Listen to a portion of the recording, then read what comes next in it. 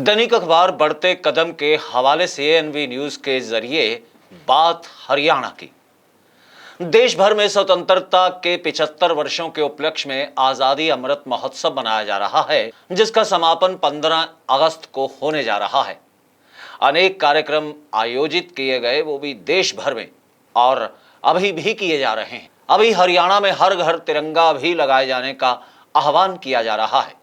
लेकिन जब मोटरसाइकिल रैलियां निकाली गई थीं, तब पत्रकारों ने रैलियों के बाद सड़कों पर इधर उधर गिरे तिरंगे की तस्वीरें दिखाकर इनके सम्मान के प्रति सरकार एवं प्रशासन को सजग किया था। तिरंगा हमारी आन बान और देश की शान के अलावा हमारा स्वाभिमान भी है। इसे देखते ही जोश का संचार होता है। और कभी फिल्म की समाप्ति के बाद सिनेमा घरों में जन गण मन होता था, लेकिन उसमें भी आधे से ज्यादा दर्शक पहले ही भाग खड़े होते थे सिनेमा हॉल से। ऐसा अपमान, वो भी राष्ट्रगान का। अभी हमारे हरियाणा के राज्यसभा सांसद दीपेंद्र हुड्डा ने संसद से 19 सांसदों को बाहर किए जाने पर कहा है कि असल में ये सांसदों को नहीं बल्कि संविधान को ही सस्पेंड किया जा रहा है। यदि हम जनहित मुद्दे ही सदन में उठा नहीं सकते तो फिर नया संसद बनाने की जरूरत ही क्या है। हम तो सरकार से इतना ही आग्रह कर रहे हैं कि महंगाई, खाद्य पदार्थों पर जीएसटी, बेरोजगारी, अग्निपथ और केंद्रीय जांच एजेंसियों के दुरुपयोग जैसे जरूरी मुद्दों पर सदन में चर्चा हो। इसके विपरीत सांसदों को ही सस्पेंड कर दिया जाता है।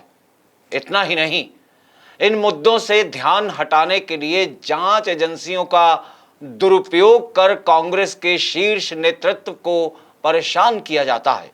लोकतांत्रिक विरोध को अलोकतांत्रिक तरीके से कुचलने की ओछी हरकत की जा रही है।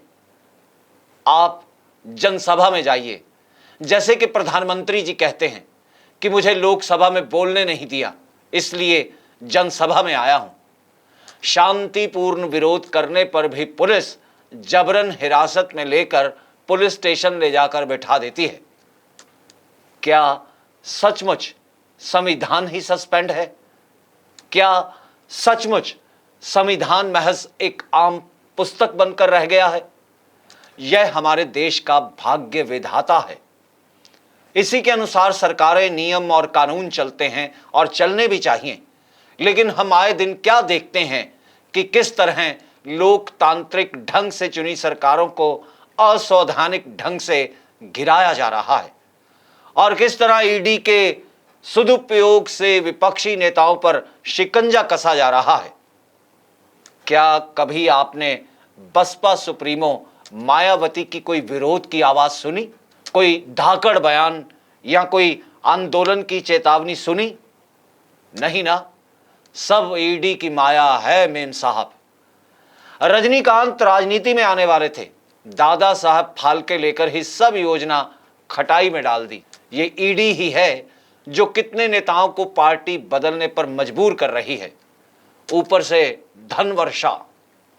क्रिकेट खिलाड़ियों के आईपीएल में बिकने की तरह हमारे विधायक भी बड़ी से बड़ी बोली लगने के बाद बिक जाते हैं और हमारा संविधान एक कोने में बैठा मुंह छिपाए रोता सिसकता रह जाता है। क्या अमृत महोत्सव के संपन्न होने से पहले इस रोते बिलखते संविधान की आवाज सुनी जाएगी? क्या इसे अंधेर कोठरी से बाहर खुली सांस लेने दी जाएगी?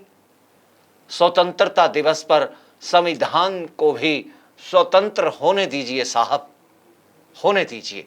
हमारे कमलेश भारतीय की यह रिपोर्ट, यह व्यंग, यह कटाक्ष आपको कैसा लगा? आप एएनवी न्यूज को देखते हुए कमेंट बॉक्स में हमें अपनी राय भी दर्ज करवा सकते हैं।